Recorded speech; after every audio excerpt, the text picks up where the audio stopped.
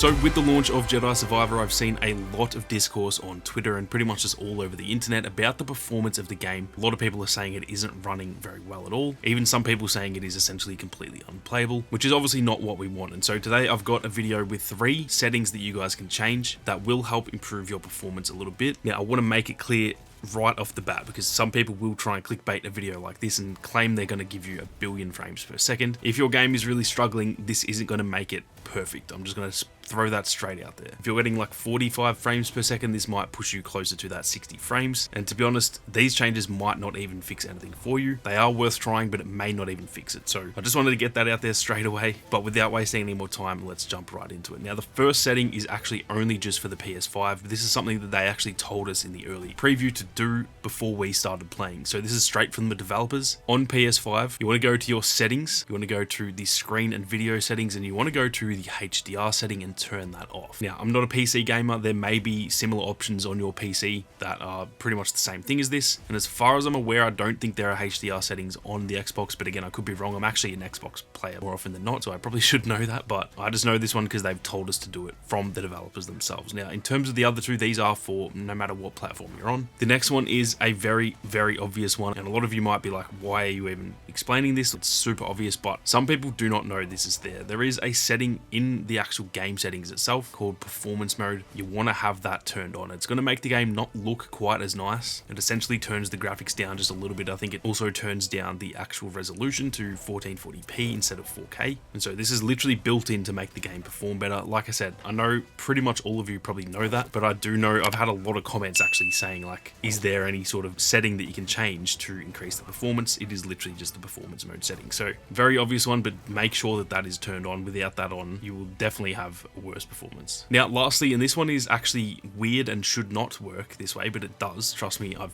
actually tried this myself and it does work. You want to put the wider field of view on within the game settings. Now, usually when you're playing any game, especially like first-person shooters, the widest field of view generally results in worse performance because technically there's more on your screen, you're rendering more things in. So in pretty much every other game, a wider field of view is actually going to make a negative impact on the performance, and generally I would say to turn the field of view down. But I don't know what it is in this game, it seems to make the performance even better. I've not only heard this from other people, I tried it myself and it definitely does make an improvement. So again, head into your settings, change the field of view to the widest. Even just the wider one is fine, but I actually did my full playthrough on wider and then changed it to the widest one, and that is even smoother. So again, I don't really know why that is the case. It shouldn't be the case because there's more on your screen, just means there's more to render, but it does definitely feel better when it is on this setting. So make sure to change that, and that one is definitely one that I think a lot of people won't know about because it shouldn't actually work that way. Now anyway, that is unfortunately all that we really have for now. Like I said, these may not even fix it for you, but it's definitely worth trying, and even if it does slightly fix it, it isn't going to make this game 150 frames a second. It just won't. So bear that in mind. With that being said, once we learn a bit more about what is actually causing these performance issues and what you can do to fix it, I will definitely update you guys here on the channel. I'll definitely do a follow-up, especially once I actually get hands-on with the Xbox and PC versions. I've got both downloading as we speak. I may have more settings for you PC and Xbox guys as well, because obviously the first setting was just for the PS5 guys. So stay tuned here on the channel. Be sure to turn on those notifications so that once I do a follow-up to this, you guys don't miss out on those settings changes. But get out there, try and change these and see how it works for you guys, and hopefully it does help out a little bit. With that being said, thank you all very much for watching. You guys have a great day, and may the force be with you always.